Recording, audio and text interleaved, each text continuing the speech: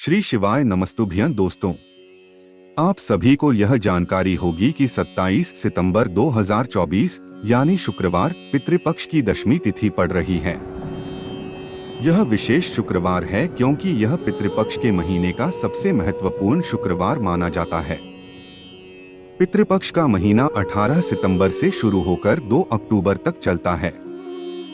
गुरुजी ने कहा है कि इस समय का विशेष महत्व होता है क्योंकि इस दौरान हमारे पितर धरती पर आते हैं और अगर हम उन्हें प्रसन्न करने के लिए कुछ विशेष उपाय करते हैं तो वे हमसे प्रसन्न हो जाते हैं। इस दशमी तिथि पर आपको एक खास उपाय करना चाहिए और वह है 2 चुटकी काला तिल का उपाय। अगर आपने पूरे साल यह उपाय नहीं किया है तो यह आपका अंतिम मौका है।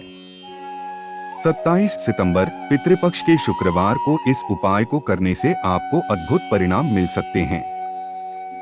यह उपाय आपके जीवन में वह फल ला सकता है जिसकी आपने कभी कल्पना भी नहीं की होगी। पंडित जी ने अपनी शिव महापुराण की कथा में इस उपाय का जिक्र किया है और आज हम आपको इस उपाय के बारे में विस्तार से समझाने जा रहे हैं। यह शुक्रवार दशमी तिथि पर किया जाने वाला उपाय विशेष रूप से प्रभावी है। कई बार बड़े अनुष्ठान और पूजा पाठ से पूरी न हो सकने वाली इच्छाएं इस साधारण उपाय से पूर्ण हो जाती हैं। कई लोगों ने इसे आजमाया है और उन्हें इसके अच्छे परिणाम मिले हैं। अगर आप भी इस उपाय को करना चाहते हैं तो इसे ध्यान से सुनें और समझें ताकि आपको इसे करने का पूरा लाभ मिल सके। उसके बाद जब आप इस उपाय को करेंगे तो आपको इसका फल अवश्य मिलेगा। इस उपाय को करने से आपके घर में चाहे कोई भी प्रकार की समस्या या दुख चल रहा हो, चाहे उसका कारण आपको पता न हो, उसका समाधान हो सकता है। यह समस्या पितृ दोष हो सकती है, मंगल दोष हो सकती है या कोई अन्य कारण हो सकता है। इसलिए इस पितृपक्ष के शुक्रवार दशमी तिथि के दिन 2 चुटकी काला तिल का उपाय अवश्य करें। यह एक ऐसा उपाय है जिसे यदि विशेष दिन पर किया जाए तो उस दिन का महत्व बढ़ जाता है और इससे मिलने वाला फल भी कई गुना बढ़ जाता है। खास बात यह है कि इसका परिणाम भी जल्दी मिलता है क्योंकि आप इसे एक विशेष दिन पर कर रहे होते हैं। अब हम आपको इस उपाय के बारे में विस्तार से बताने जा रहे हैं, लेकिन उससे पहले आपको यह जानना जरूरी है कि यह उपाय कब, कैसे और किसे करना चाहिए। आगे वीडियो में हम आपको इस उपाय की सारी जानकारी देंगे, लेकिन उससे पहले अगर आप हमारे चैनल पर नए हैं तो कृपया हमारे चैनल को सब्सक्राइब कर लें, इस वीडियो को लाइक करें और कमेंट बॉक्स में श्री नमस्तुभ्यं ओम नमः शिवाय लिखें।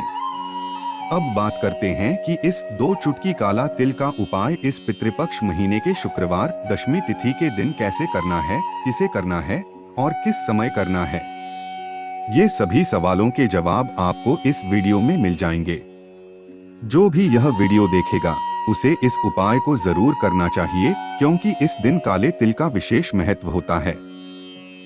जब 2 चुटकी काला तिल का उपाय किया जाता है तो इसका असर और भी बढ़ जाता है और यह एक बहुत प्रभावी उपाय बन जाता है।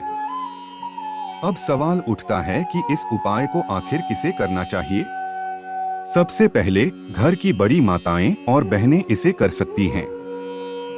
इनमें से कोई एक बड़ी माता या बहन इस उपाय को कर सकती है। अगर आप चाहें तो अपने घर के सभी सदस्यों से भी यह उपाय करवा सकते हैं। अगर किसी व्यक्ति की खुद की कोई मनोकामना है या कोई व्यक्तिगत दुख है तो वह यह उपाय अपने लिए भी कर सकता है। इसके अलावा अगर कोई पूरे घर की सुख शांति के लिए यह उपाय करना चाहता है तो वह भी इसे कर सकता है।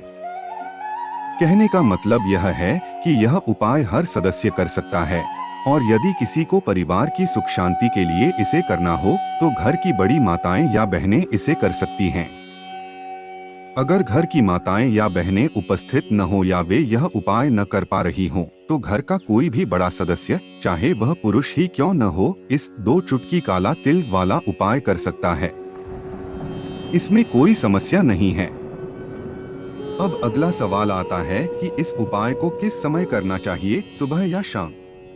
तो देखिए, आप यह उपाय सुबह के समय भी कर सकते हैं और शाम को प्रदोष काल में भी।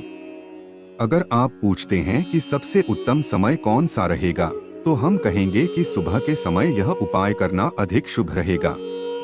हालांकि शाम को भी करेंगे तो इसमें कोई दिक्कत नहीं है, यह भी अच्छा समय होता है। अब बात आती है कि सुबह या शाम इस उपाय को किस समय करना है।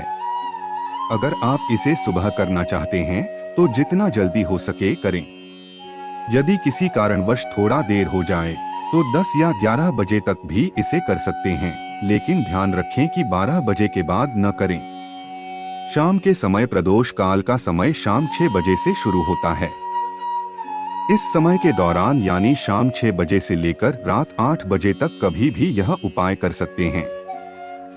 इस दौरान भी आप इसे कर सकते हैं, इसमें कोई समस्या नहीं है। अब सबसे महत्वपूर्ण बात यह है कि अगर पितृ नाराज हो जाएं, तो घर में धन से जुड़ी समस्याएं आने लगती हैं। घर के लोग पैसों को लेकर परेशान रहते हैं, जहां पितृ असंतुष्ट होते हैं। इसलिए हमें हमेशा अपने पितरों को प्रसन्न रखना चाहिए ताकि उनकी आत्मा को शांति मिले और वे हमें आशीर्वाद दें। यह पितृपक्ष का समय विशेष रूप से पितरों को प्रसन्न करने का होता है। इस दौरान अगर आप यह उपाय करते हैं जो गौ माता से जुड़ा हुआ है, तो पितरों की नाराजगी दूर हो सकती है और आपको सुख शांति और समृद्धि का आशीर्वाद मिल सकता है। देखिए, गौ माता के भीतर हमारे पितरों का वास माना जाता है। न केवल गौ माता बल्कि कुत्तों, बरगद और पीपल के पेड़ों और कौओं में भी हमारे पितरों का वास होता है। इसलिए जब भी जीवन में दुख बढ़े, कष्ट बढ़े, धन से जुड़ी परेशानियां हो, कर्जे का बोझ बढ़ता जाए, संतान को लेकर दुख हो या घर में लगातार लड़ाई झगड़े हो, तो समझ लीजिए कि पितर आपसे नाराज हैं। यदि आपके घर में शांति नहीं है, सुख समृद्धि नहीं आ रही है, कर्ज का बोझ है, तो यह संकेत है कि कहीं न कहीं पितृदोष है। पितृदोष आपको सीधे दिखाई नहीं देगा, लेकिन आप इसे घर में हो रही घटनाओं से समझ सकते हैं। जैसे अगर खाने में बार बार बाल निकलता है या खाना गिर जाता है, तो यह भी पितृदोष का संकेत हो सकता है। इसके अलावा अचानक से घर में दुर्घटनाएं होना भी इस बात का संकेत हो सकता है कि पितर आपसे नाराज हैं। अब जो उपाय हम बताने जा रहे हैं, उसे अपनाने से पितर प्रसन्न हो जाएंगे और आपको धन से जुड़ी परेशानियों का सामना नहीं करना पड़ेगा। यह उपाय पितरों को प्रसन्न करने के लिए है और साथ ही घर में स्थिर लक्ष्मी के वास के लिए भी है। अक्सर ऐसा होता है कि पैसा आता है लेकिन रुकता नहीं है, या फिर फिजूल खर्ची इतनी होती है कि धन की बर्बादी होती रहती है। अगर आपके घर में भी यही समस्या है, तो यह उपाय आपके लिए है। बहुत से घरों में यह समस्या होती है कि पैसा तो आता है लेकिन रुकता नहीं है और फिजूल खर्ची इतनी होती है कि लोग परेशान रहते हैं। अगर आपके साथ भी ऐसा हो रहा है, तो आपको यह उपाय जरूर सुनना चाहिए और पितृपक्ष के दौरान इसे जरूर करना चाहिए, ताकि आपके घर में सुख समृद्धि बनी रहे और धन का प्रवाह स्थिर हो। देखिए, आपको यहाँ पर सबसे पहले काला तिल लेना है, क्योंकि काला तिल पितरों को अत्यंत प्रिय होता है। आपको क्या करना है? 2 से 3 चुटकी काला तिल लेना है और एक मिट्टी का दीपक लेना है। उस दीपक में आपको तिल का तेल भरना है, लेकिन अगर तिल का तेल उपलब्ध न हो तो सरसों का तेल भी इस्तेमाल कर सकते हैं। दीपक में तेल डालने के बाद उसमें 2 से 3 चुटकी काला तिल डालें। अब सवाल आता है कि इस दीपक को कहाँ रखना है? यह दीपक आपको अपने घर के मुख्य द्वार पर रखना है। जैसे ही आप पितृपक्ष के दौरान यह उपाय करेंगे और मुख्य द्वार पर दीपक जलाएंगे, पितरों से क्षमा याचना करेंगे, माँ लक्ष्मी और श्री हरि विष्णु का ध्यान करेंगे, ऐसा समझ लें कि माँ लक्ष्मी स्थायी रूप से आपके घर में वास करेंगी। माँ लक्ष्मी कभी ऐसे घर को छोड़कर नहीं जाती जहाँ मुख्य द्वार पर दीपक जलता हो। ध्यान रखें, दीपक मुख्य द्वार पर प्रतिदिन जलाना चाहिए, क्योंकि माँ लक्ष्मी हर शाम भ्रमण पर निकलती हैं। जिस घर के द्वार पर दीपक जलता है, वहाँ माँ लक्ष्मी का वास होता है और फिर वह घर कभी सुख समृद्धि से वंचित नहीं होता। पितृपक्ष के दौरान तिल का महत्व और बढ़ जाता है, इसलिए तिल के तेल का दीपक जलाने का विशेष लाभ होता है। अगर आप सरसों का तेल इस्तेमाल कर रहे हैं तो उसमें 2 चुटकी काला तिल जरूर डालें। ऐसा करने से आपके पितर आपसे प्रसन्न होंगे और आपके घर में कोई दुख, संकट या धन की समस्या नहीं आएगी। यदि आप धन की समस्याओं को दूर करना चाहते हैं, अपने बैंक बैलेंस को बढ़ाना चाहते हैं और घर में सुख समृद्धि लाना चाहते हैं, तो यह उपाय बहुत ही उत्तम है। पितृपक्ष के जितने अधिक दिनों तक आप यह उपाय करेंगे, उतना ही अधिक लाभ मिलेगा। अब बात करते हैं दूसरे उपाय की।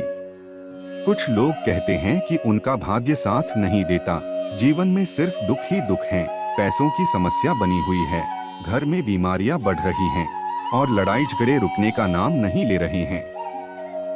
यदि आपका बैंक बैलेंस नहीं बढ़ रहा है, कारोबार नहीं चल रहा है, तो यह समस्याएं महादेव की कृपा से दूर हो सकती हैं। महादेव जो देवों के देव हैं, उनकी कृपा जिस पर हो, उसका जीवन कभी संकट में नहीं आता। अब जो उपाय हम आपको बताने जा रहे हैं, उससे न केवल पितर प्रसन्न होंगे, बल्कि आपकी कुंडली के दोष और वास्तु दोष भी दूर हो जाएंगे। महादेव का आशीर्वाद आपको इस तरह मिलेगा कि जीवन में कभी कोई संकट नहीं आएगा। खासकर अगर आपके काम बार बार बिगड़ रहे हैं, तो यह उपाय आपके लिए आवश्यक है। आपको सबसे पहले 2 चुटकी काला तिल लेना है और 1 लोटा पानी लेना है, जो आपके घर का ही जल हो। ध्यान रहे, 2 चुटकी काला तिल उस जल में डालें। इसके बाद उस जल को महादेव के शिवलिंग पर अर्पित करें। इस उपाय को पितृपक्ष में करने से आपकी कुंडली में यदि कोई दोष है तो वह दूर हो जाता है। यदि भाग्य में दुख लिखा हो तो वह भी दूर हो जाता है। आपकी अधूरी मनोकामनाएं पूरी होने लगती हैं और यदि पितृ नाराज हों तो वे भी प्रसन्न हो जाते हैं। महादेव जो देवों के देव हैं, जब आप यह उपाय सच्ची श्रद्धा से करते हैं तो वे आपकी धन संपत्ति पर कोई संकट नहीं आने देते। महादेव की कृपा से आपके जीवन में सुख समृद्धि बनी रहती है और आप जीवन में बहुत आगे बढ़ते हैं। इस उपाय का चमत्कार आपको थोड़े समय में ही दिखने लगेगा। महादेव की कृपा प्राप्त करने से आने वाली पीढ़ियां भी सुख समृद्धि में रहती हैं। इसलिए महादेव को प्रसन्न करने के लिए इस उपाय को सच्ची श्रद्धा से करें। महादेव अपने भक्तों के जीवन में कभी कोई दुख या संकट नहीं आने देते। अब बात करते हैं तीसरे उपाय की। गौ माता में 33 कोटि देवी देवताओं का वास माना जाता है और पितरों का भी वास होता है।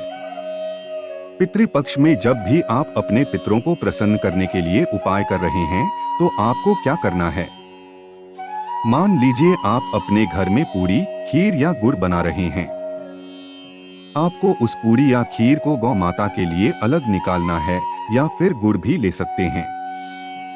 इसे गौ माता को अर्पित करना है। यह ध्यान रखें कि सिर्फ पक्षियों या कौओं को अर्पित करने के बाद गौ माता को न भूलें। पितृपक्ष में यह बहुत जरूरी है कि आप गौ माता को पूड़ी, खीर या गुड़ जरूर खिलाएं। अगर आप यह करते हैं तो आपके पितर कभी नाराज नहीं होंगे। वे हमेशा प्रसन्न रहेंगे और पितृ दोष की वजह से कभी भी आपको धन की समस्याओं का सामना नहीं करना पड़ेगा। जिस घर के पितर प्रसन्न होते हैं, वहां कभी पैसों की कमी नहीं होती। अक्सर ऐसा देखा जाता है कि अच्छा खासा व्यापार भी बिगड़ने लगता है या काम में लगातार रुकावटें आने लगती हैं। यह समस्याएं पितृ दोष की वजह से भी हो सकती हैं। इसलिए इस पितृपक्ष में कोशिश करें कि कम से कम एक बार यह उपाय जरूर करें। यदि आप इसे बार बार करते हैं तो और भी बेहतर होगा। जितने ज्यादा दिन आप पितृपक्ष में गौ माता को गुड़ रोटी, गुड़ पूरी या हरी घास खिलाएंगे, उतना ही आपके पितर प्रसन्न होंगे। पितर प्रसन्न होने से आपके जीवन में दुख और कष्ट दूर हो जाएंगे। गौ माता से जुड़ा यह उपाय बहुत सरल और प्रभावी है, इसलिए इसे जरूर करें। ये थे पूज्य गुरु जी द्वारा बताए गए कुछ विशेष उपाय। अगर आपको यह जानकारी अच्छी लगी हो तो कृपया इस वीडियो को लाइक करें और हमारे साथ जुड़े रहें। हम फिर मिलेंगे एक नए वीडियो के साथ। श्री शिवाय नमस्तुभ्यम।